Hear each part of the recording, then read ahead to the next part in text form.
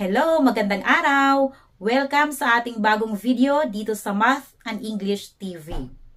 Ang video natin ngayon ay adding dissimilar fractions. Okay, first example, 1/4 plus 3/6. Dito, magkaiba yung denominators. Kapag magkaiba yung denominators, hindi tayo pwedeng mag-add kaagad. Ang una natin gagawin ay kukunin natin yung least common denominator o LCD. Yung LCD ay yung least common multiple ng denominators. Okay, kukunin natin yung LCM ng 4 at 6. Yun ang magiging least common denominator. Okay, sa pagkuha ng LCD, meron tayong iba't ibang paraan. Diba? Meron tayong listing method, prime factorization method, at yung continuous division. Okay, dito sa unang example natin, ipapakita ko sa inyo kung paano yung pagkuha ng multiples, least common multiple ng 4 at saka 6 gamit yung listing method. Okay, listing method muna. Okay. Sa listing method, ganito yung ginagawa. 4, ilalagay natin dyan, at saka yung 6. Okay. So, ngayon, ililista natin yung multiples ng 4 at multiples ng 6. Okay. So, yung paano natin makukuha yung multiples ng 4, diba? Marunong kayo mag-skip counting ng 4, 8, 12, ganyan. 4 times 1 equals 4. So, yung product ng 4 and 1, 4 times 1 is 4, multiple yan. Yan ang tinatawag nating multiple. So, yung ano niya is 4, multiple niya. Then, another, 4 times 2, imumultiply lang ninyo yan. 4 times 1, 4 times 2, 4 times 3, hanggang makuha ninyo yung next number. So, 4, next multiple niya ay 8. 4 times 3, 12. 4 times 4, 16, di ba? Okay, stop na muna tayo dito sa 16 kasi titingnan natin yung multiples din ng 6. Baka meron na kaagad sila ng common multiple. Okay, multiples ng 6, mag-uumpisa sa 6. Siyempre, 6 times 1 equals 6. Yung next na multiple ng 6 ay 12. Diba? 6 times 2 equals 12. Ayan. Or mag-skip counting lamang kayo ng by 6. Sunod ay 6, 12. Next is 18. Skip counting by 6. Pwede ninyong gawin.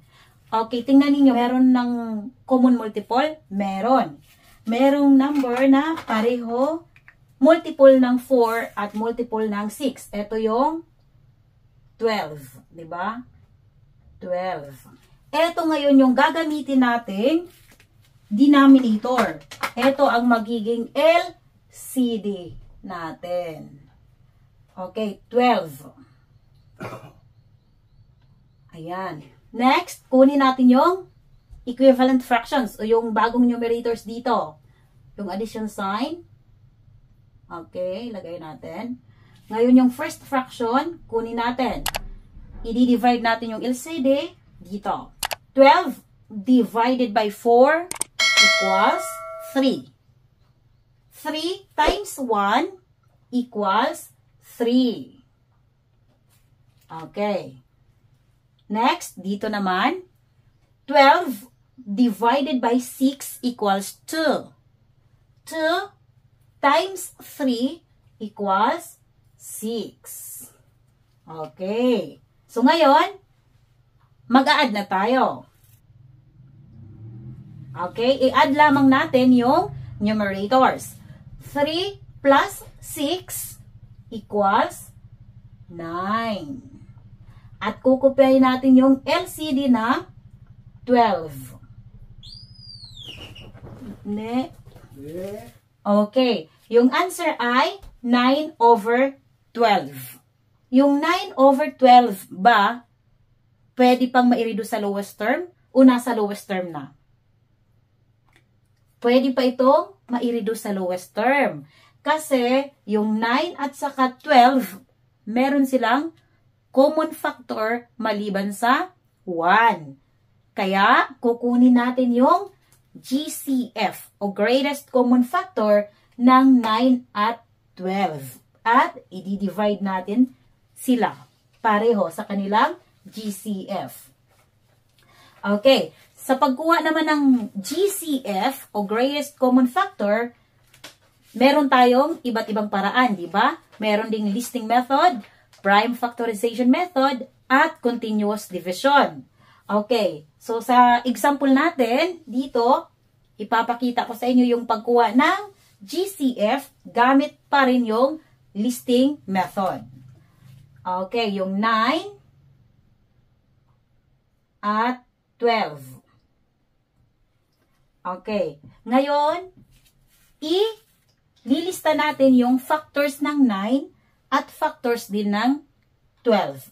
Okay, yung 9 muna. Ano yung numbers na pwedeng makadivide sa 9? Okay, factor niya ay 1. Diba? 1. 9 divided by 1, ang answer niyan ay 9. So, yung factors ng 9 ay 1 and 9. 1 times 9, 9. Ano pa yung numbers na kapag i-multiply natin magiging 9? 3, di ba? Factor ng 9 ang 3. 3 times 3 equals 9. So, eto na ngayon yung factors ng 9. 1, 3, and 9. Tatlo lang yung factors ng 9. Okay, ngayon, dito naman sa 12. Ano yung factors ng 12? Ano yung numbers na pwedeng makadivide sa 12? Siyempre, mag-umpisa na sa 1. At ang kapares ng 1 ay yung 12. Diba? 1 and 12. 1 times 12 equals 12. Or 12 divided by 1 equals 12. 12 divided by 12 equals 1. So, yun. Factors niya. Okay, ano pa? Okay, yung 12 even number, pwede siyang ma-divide ng 2, di ba? So, factor ng 12 ang 2. Ano yung answer kapag yung 12 i-divide natin sa 2?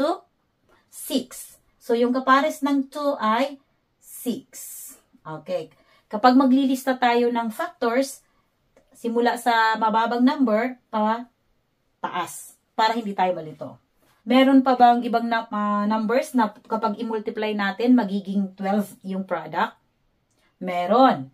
Yung 3 and 4, di ba?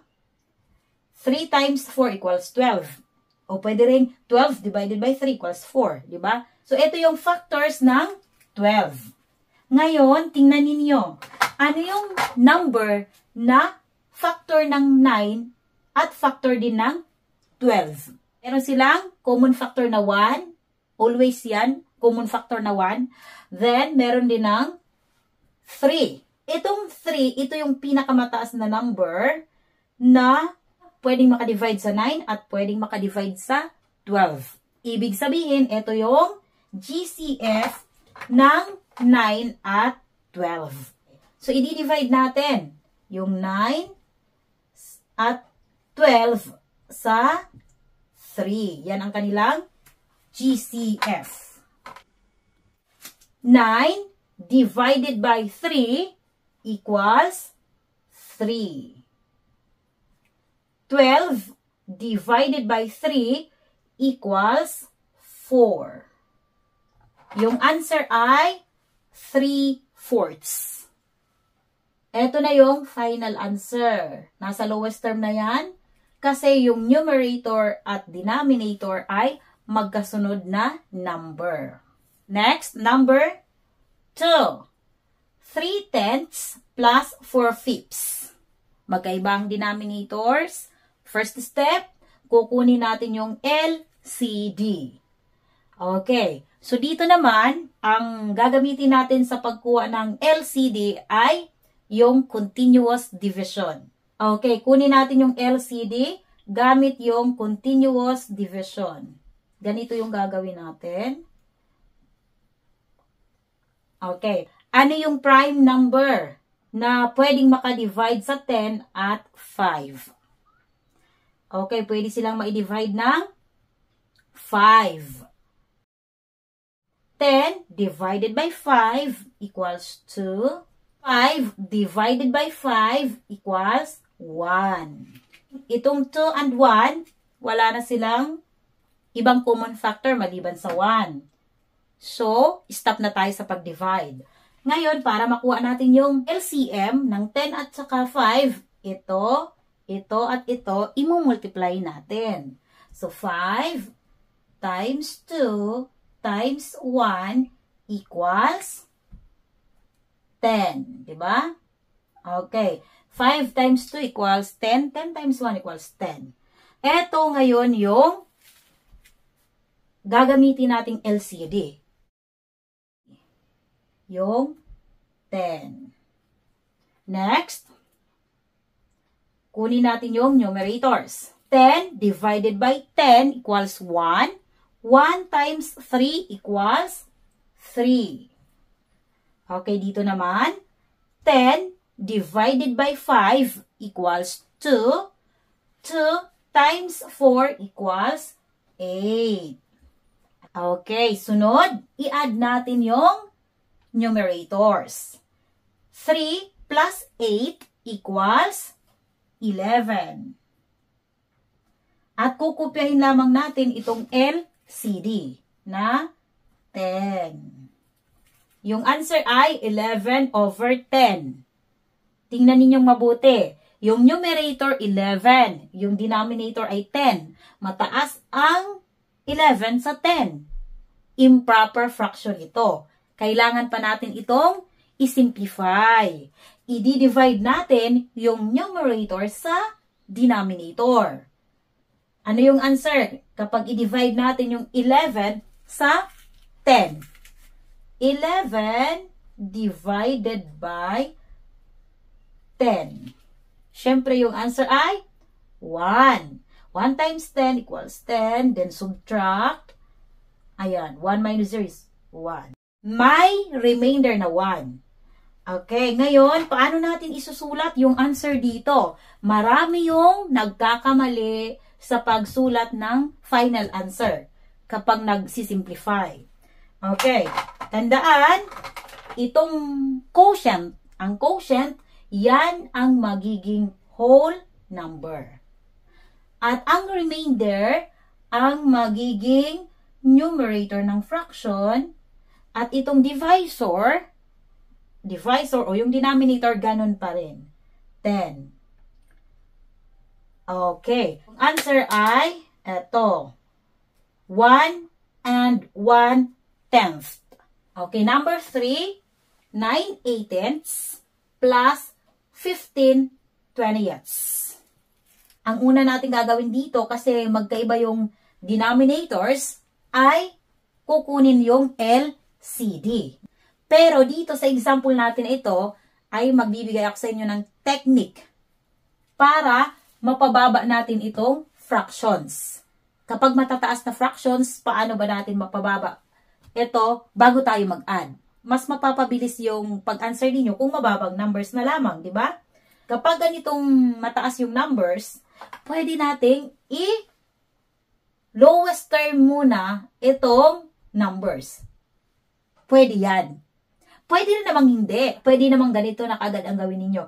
Pero, dito sa example natin, gusto ko lamang ipakita sa inyo na mayroon pang ibang paraan para mapababa natin yung numbers bago tayo mag-add. Pwede nating i-reduce sa lowest term itong fraction at itong fraction kapag meron silang GCF. Merong number na pwedeng makadivide sa numerator at denominator. Meron ba? Meron yan. Kasi yung 9, tingnan nyo, numerator na 9 at denominator 18. Kapag ang numerator ay kalahati ng denominator, di ba? Yung 9 kalahati siya ng 18. Automatic, yung GCF niyan ay yung mababang number. Yung GCF ay itong 9. So, ang GCF ng 9 at 18 ay 9. I-divide nyo lang yan sa 9. Divided by 9 divided by 9. 9 divided by 9, eto, magiging 1 na lang siya dito, 1. 18 divided by 9, magiging 2. Ayan. Naging 1/2 na lang yung ating fraction. Eto naman, tingnan ninyo yung 15 at saka 20. Meron bang number na pwedeng makadivide sa 15 at saka sa 20? Meron. Etong 15, pwede siyang may divide ng 5. At ang 20, pwedeng may divide ng 5. So, yung GCF ng 15 at saka 20 ay 5. I-divide natin siya sa 5. I-divide natin sa 5. 15 divided by 5 equals 3. Then, 20 divided by 5 equals 4. So, yung numerator natin dito naging 1 at dito ay 3. Yung denominator ay 2 at dito ay 4. Again, 1/2 plus 3/4. Ito na lang yung i-add natin. Tingnan ninyo mabuti, di ba? Mababang numbers na lang. Ngayon, tingnan ninyo. Yung denominator ay 2 and 4. Dissimilar fractions pa rin. Magkaiba pa rin yung denominators nila. Kukunin pa rin natin yung LCD. Pero, mababang numbers na lamang. Di ba? 2 and 4 na lang. Ngayon, yung technique sa pagkuha ng LCD, titingnan ninyo yung denominators. Yung mataas na number, 4. Diba? Mataas na number ay 4. Ang 4 ba, pwedeng ma-divide ng mababang number na 2? Eksakto yung answer? Yes, pwede. Diba? Yung 4, pwede siyang i-divide ng 2. So, ibig sabihin, ang least common multiple ng 2 and 4 ay 4, yung mataas na number. Kapag yung mataas na denominator, pwede siyang ma-divide ng mababang denominator, automatic yung magiging LCD nila ay yung mataas na number. Itong 4. So, yung LCD dito ay 4. Ayan, nakuha ka agad yung denominator, di ba? Kunin naman natin yung numerator. Okay, 4 divided by 2 equals 2. 2 times 1 equals 2. Then, dito naman, 4 divided by 4 equals 1. 1 times 3 equals 3. Ayan. Sunod, i-add na natin yung numerators. 2 plus 3 equals 5. At kukopyahin lamang natin itong LCD. Yung answer ay 5/4. Tingnan ninyo, yung numerator, mataas kaysa sa denominator. Improper fraction ito. At yung mga teacher, laging sinasabi na kailangang nakasimplify yung answer or naka-lowest term.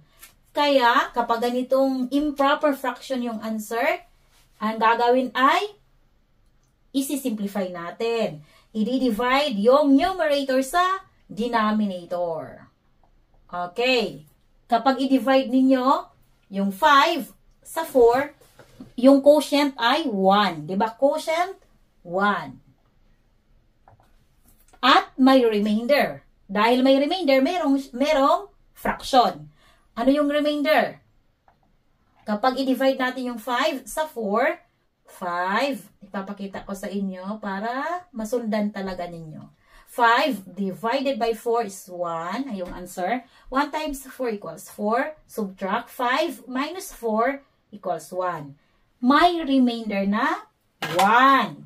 So, yung remainder, ang numerator. At itong divisor, ang denominator. Ayan. So, yung answer ay eto, 1 and 1/4. Last example, 18 over 24 plus 12 over 16. Okay? Magkaiba yung denominators. Kunin natin yung LCD.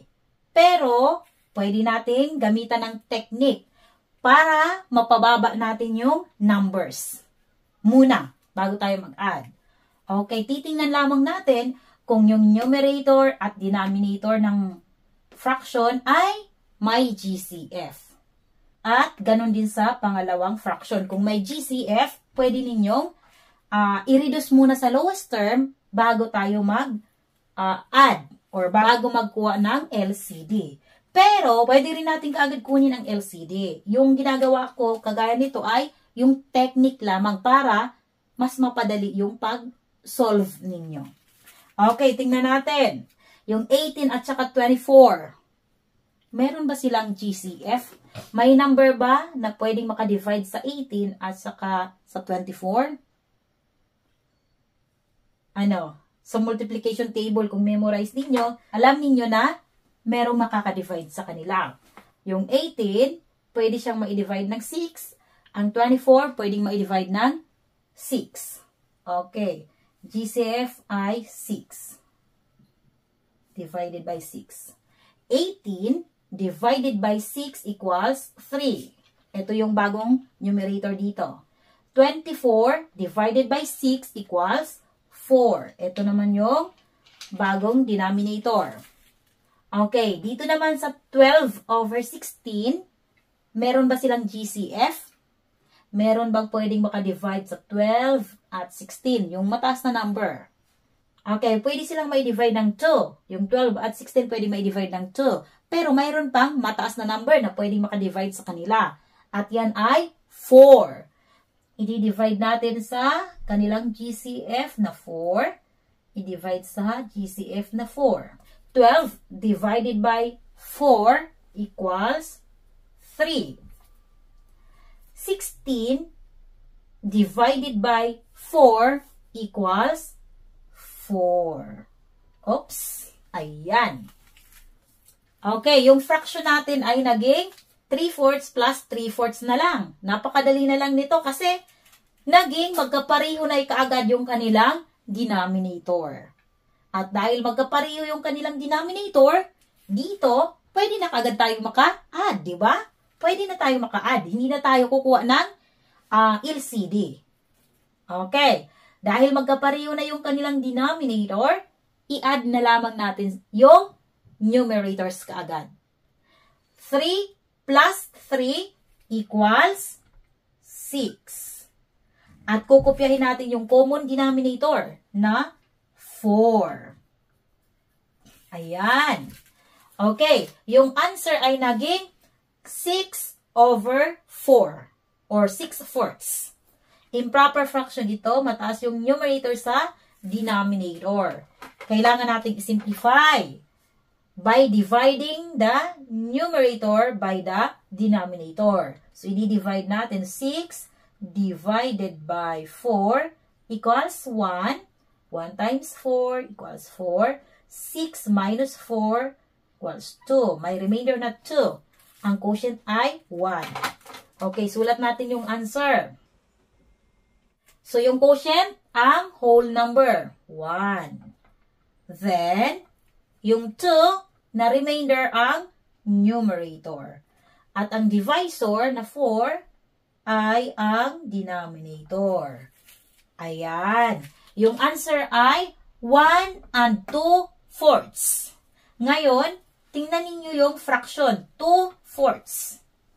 Nasa lowest term na ba yung 2/4 or pwede pang ma-reduce sa lowest term? Pwede pa yan ma-reduce sa lowest term. Diba? Yung 2 at saka 4, merong number na pwedeng makadivide sa kanila.